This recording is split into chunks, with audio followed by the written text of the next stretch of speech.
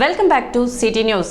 రాష్ట్ర అభివృద్ధి, ప్రజల సంక్షేమం కాంక్షించి తెలుగుదేశం, జనసేన, బీజేపీ పార్టీలు కూటమిగా ఏర్పడి రాష్ట్రంలో సార్వత్రిక ఎన్నికల్లో పోటీ చేస్తున్నాయని మాజీ మంత్రి నక్కా ఆనందబాబు అన్నారు.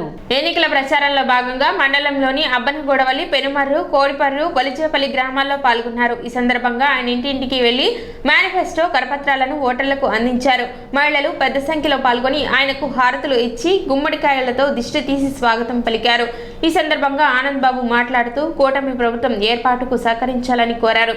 జగన్ ప్రభుత్వంలో జరుగుతున్న ప్రజా వ్యతిరేక విధానాలు, అవినీతి, అక్రమాలను ప్రతి ఒక్కరూ గ్రహించి మార్పు కోరాల్సిన అవసరం ఎంతైనా ఉందన్నారు. అన్ని వర్గాలకు సముచిత న్యాయం జరిగే విధంగా ఉమ్మడి మేనిఫెస్టో తీసుకువస్తామన్నారు. తద్వారా నిరుద్యోగ యువతకు ఉద్యోగ అవకాశాలతో పాటు మహిళలకు మరింతగా ఆర్థిక పరిపుష్టిని కల్పించేందుకు అనేక పథకాలను అమల్లోకి తీసుకువస్తామని అన్నారు. వేమూరు నియోజకవర్గ పరిధిలోని 6 గ్రామాల రైతులకు చెందిన దాదాపు 6,000 ఎకరాలకు సాగునీరు అందించే విధంగా ఎత్తిపోతల పథక నిర్మాణాన్ని తాడిగిరిపాడు వద్ద 8 కోట్ల వ్యయంతో చేపడితే గత ఎన్నికల ముందు 50% పైగా నిర్మాణం పూర్తి చేసుకుని ఎన్నికల కోడ్ వల్ల నిర్మాణం పని అర్ధాంతరంగా నిలిచిపోయింది. నిర్మాణం పని పూర్తి చేయాలంటూ స్థానిక ఎమ్మెల్యే, మంత్రిగా ఉన్న మేరుగు నాగార్జునను రైతులు కోరగా టీడీపీ ప్రభుత్వం చేపట్టిన ప్రాజెక్టును పూర్తి చేసేది లేదంటూ రైతులకు చెప్పిన సమాధానం ద్వారా వైసీపీ ప్రభుత్వానికి రైతుపై ఎంతటి ప్రేమ ఉన్నదో రైతులు తెలుసుకోవాలన్నారు. సొంత భూమికి సంబంధించిన పట్టా పుస్తకంపై ముఖ్యమంత్రి బొమ్మను వేసుకోవడం ద్వారా భవిష్యత్తులో రైతుకు నష్టం కలిగించే ఆలోచనతోనే జగన్ ఈ ఆలోచనకు పూనుకున్నారన్న విషయం కూడా రైతులు గ్రహించాలన్నారు. ఉమ్మడి అభ్యర్థిగా సైకిల్ గుర్తు మీద శాసనసభకి 4వ పర్యాయం పోటీ చేస్తున్న నన్ను అత్యధిక మెజారిటీతో గెలవబోతా ఉన్నాం. అందులో మీరు ప్రధాన పాత్ర పోషించబోతా ఉన్నారని ఈరోజు మీరు చూపించినటువంటి అభిమానాన్ని బట్టి అర్థమవుతా ఉంది. ఈ 5 ఏళ్ళు తెలుగుదేశం పార్టీ అధికారంలో లేదు. అధికారంలో లేకపోయినా బలిజేపల్లి గ్రామంలో నాయకులు, కార్యకర్తలు మొక్కవోని ధైర్యంతో, దీక్షతో పార్టీ తీసుకున్నటువంటి ప్రతి కార్యక్రమాన్ని విజయవంతం చేయడంలో మీరు ప్రముఖ పాత్ర పోషించారు. అన్నిట్లో పాల్గొన్నారు. ఇక్కడ అనేక ఇబ్బందులు వచ్చినాయి. ఏ ఇబ్బందులు వచ్చినా విరవకుండా అన్నీ తట్టుకొని నిలబడి పార్టీని ఈరోజు బ్రహ్మాండంగా కాపాడాలని మనస్ఫూర్తిగా అందరినీ అభినందిస్తా ఉన్నా. బలిజేపల్లి గ్రామం బలహీన వర్గాలు, గిరిజనులు, దళితులు, ఓసీలు అందరూ ఉండే ఒక సమాహారం. మీకు తెలుసు, నేను అధికారంలో ఉన్నప్పుడు తెలుగుదేశం ప్రభుత్వంలో చంద్రబాబు నాయుడు గారి హయాంలో అనేక అభివృద్ధి కార్యక్రమాలు చేసుకున్నాం.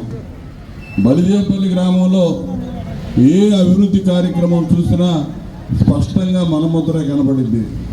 ఈ 5 ఏళ్లలో ఈ జగన్మోహన్ రెడ్డి ప్రభుత్వంలో ఇప్పుడు ఎన్నికైన వాళ్ళు ఏమన్నా ఈ గ్రామంలో అభివృద్ధి చేశారా అని చెప్పి మిమ్మల్ని నేను అడుగుతా ఉన్నా. మీరు కూడా ఆలోచించాలని చెప్పి నేను విజ్ఞప్తి చేస్తున్నాను. ఈ గ్రామంలోకి అడుగు పెట్టేటప్పుడు పొలిమేరల్లోనే కనపడింది ఎడమ చేతి వైపు బ్రహ్మాండమైన మరి గిరిజనులు, యానాది కమ్యూనిటీకి సంబంధించినటువంటి మా సోదరులు ఉండేటటువంటి కాలనీ ఒక మోడల్, రోల్ మోడల్గా కనపడింది. అది నా కళ. నేను ఆ కాలనీ నిర్మాణం బ్రహ్మాండమైనటువంటి ఆలోచనతో ఆ రోజున ఇల్లు కూడా నిర్మాణం చేయకముందే ఒక ప్లాన్ ప్రకారం రోడ్లు నిర్మాణం చేశాం. ఆ ఇళ్ల స్థలాలు ఇచ్చింది మనం, మెరకలు లోలింది మనం, ఇల్లు కట్టింది మనం. అన్ని రకాలుగా యానాదుల్ని మరి ఆదుకోవడానికి సపోర్ట్ చేసినటువంటి వ్యక్తులుగా ఆ రోజు గిరిజన సంక్షేమ శాఖ మంత్రిగా నాకు ఓట్లు వచ్చినా రాకపోయినా వ్యక్తిగతంగా నాకు ఆత్మసంతృప్తి. విజయవాడకు చెందిన కర్ల సునీల్ కుమార్ మృతి పట్ల తగు న్యాయం చేయాలని న్యాయవాది మరియు అంబేద్కర్ వైజ్ఞానిక వ్యవస్థాపకులు చిలువురు నాగరాజు డిమాండ్ చేశారు. వైద్య సిబ్బంది తన కుమారుడి జీవితాన్ని అమాంతం చిదిమి వేశారని, తనకు న్యాయం చేయాలని, బాధ్యుల్ని చట్టపరంగా కఠినంగా శిక్షించాలని కోరుతూ గుంటూరు కలెక్టర్ను దళిత సంఘాల సహాయంతో బాధితురాలి తల్లి కలిసి తన ఆవేదనను తెలియచేయగా వెంటనే స్పందించిన సదరు కలెక్టర్ తెనాలి సబ్ కలెక్టర్ ఆధ్వర్యంలో కమిటీని ఏర్పాటు చేసి విచారణ చేయాలని ఆదేశిస్తూ ఈరోజు కమిటీ ముందు హాజరు కావాలని బాధితురాలిని కోరగా అంబేద్కర్ వైజ్ఞానిక విప్లవం వ్యవస్థాపకులు మరియు న్యాయవాది చిలువురు నాగరాజు మరియు విజయవాడ అర్బన్ ఎంఆర్పిఎస్ సీనియర్ నాయకులు సైదులు మాదిగల సహాయంతో సదరు కమిటీ ముందు హాజరై తనకు జరిగిన అన్యాయాన్ని తెలియచేస్తూ తన బిడ్డ ప్రాణాన్ని డాక్టర్లు అమాంతం చిదిమి వేశారని, సరైన ట్రీట్మెంట్ అందక తన బిడ్డ ప్రాణాలు వదిలాడని, అంతేకాక తన బిడ్డ అవయవాలు యాజమాన్యం దొంగిలించి సొమ్ము చేసుకుందని తనకు అనుమానంగా ఉందని, విచారణ చేసి తనకు న్యాయం చేయాలని, బాధ్యులపై చట్టపరమైన కఠిన చర్యలు తీసుకోవాలని విజ్ఞప్తి చేసింది.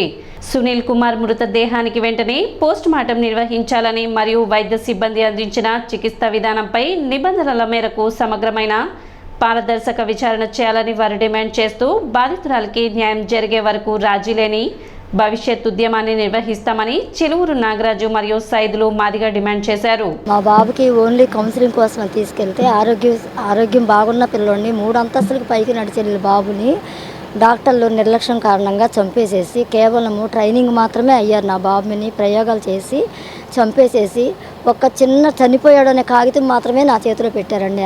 మంగళగిరి ఎన్ఆర్ఐ హాస్పిటల్ వాళ్ళు ఆ కాగితం మాత్రమే చేతిలో పెట్టి బాడీని కూడా చేతికి ఇవ్వలేదండి. వెనక దారిలో నుంచి పంపించేశారండి. బాడీని కూడా సంతకాలు పెట్టమని బెదిరిస్తేనే ఇస్తామని చెప్పి బెదిరించి సంతకాలు కూడా పెట్టించుకున్నారు. బాబు 11వ తారీఖు చనిపోతే 2 రోజులు కూడా లోపలే ఉంచేసుకొని బ్రతికే ఉన్నాడు అని చెప్పేసి అని మబ్బి పెట్టి 13వ తారీఖున సాయంత్రం మాత్రం మాకు ఇచ్చారండి బాడీని. అది కూడా వెనక దారిలో పంపించేశారండి. మాకైతే చనిపోయాడనే చెప్పారు. 13వ తారీఖున బాడీని అయితే చేతికి ఇవ్వలేదండి. ఇటువంటి ఘోరం ఏ బిడ్డకి జరగకూడదు.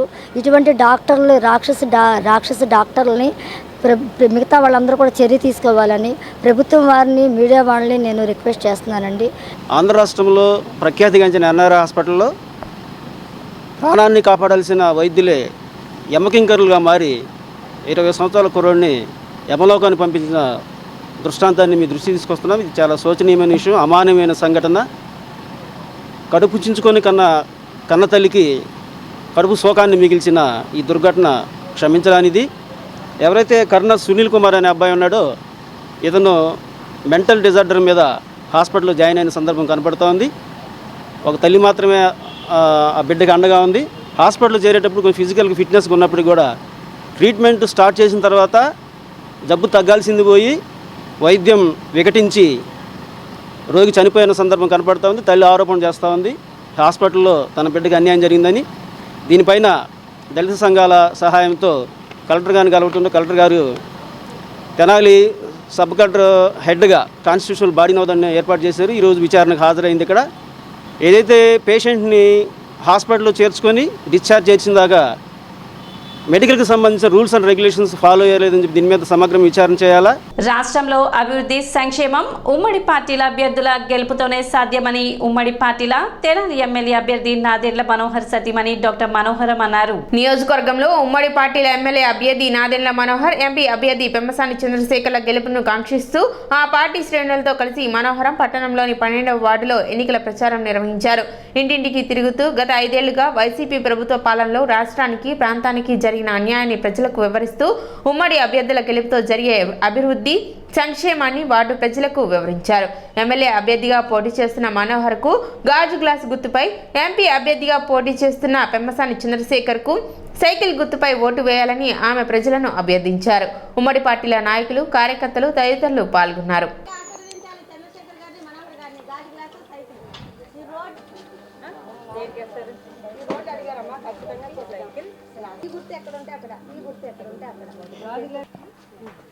ఏ గుర్తులు వేస్తారు చెప్పండి. సైకిల్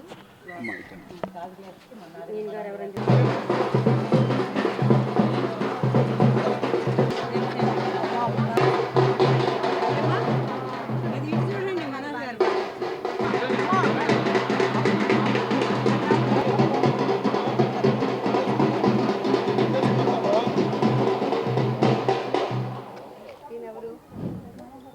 ఆయన గుర్తేంటి? ఏ బాబు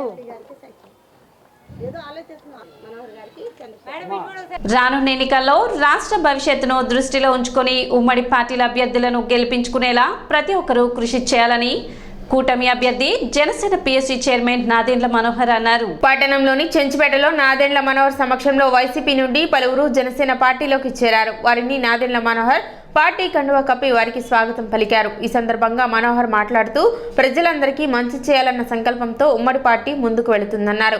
వైసీపీని విడి జనసేన పార్టీలోకి చేరటం సంతోషంగా ఉందన్నారు. ఉమ్మడి పార్టీలో ఎన్నికల మినీ మేనిఫెస్టోను ప్రజలకు వివరించి అభ్యర్థుల విజయానికి పాటుపడాలని మనోహర్ పిలుపునిచ్చారు. పెద్ద సంఖ్యలో ఉమ్మడి పార్టీల శ్రేణులు పాల్గొన్నారు.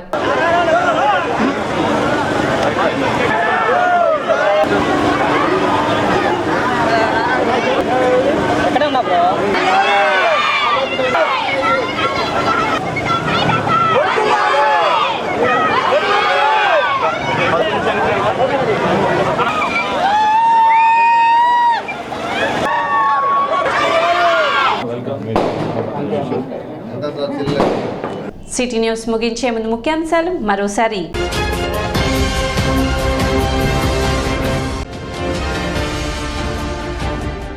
జనసేన తరపున ఎన్నికల ప్రచారం ప్రారంభించిన మాజీ క్రికెట్ అంబటి రాయుడు. తెనాలి మండలం నందివెలుగు గ్రామంలో పర్యటించిన రాయుడు.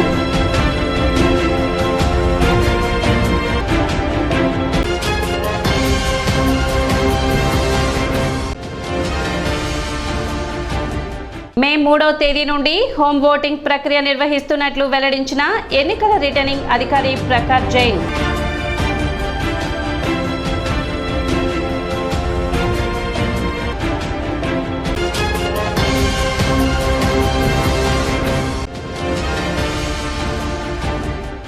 ఓటు హక్కుపై అవగాహన కల్పిస్తూ పురపాలక సంఘ ఆధ్వర్యంలో 2K రన్.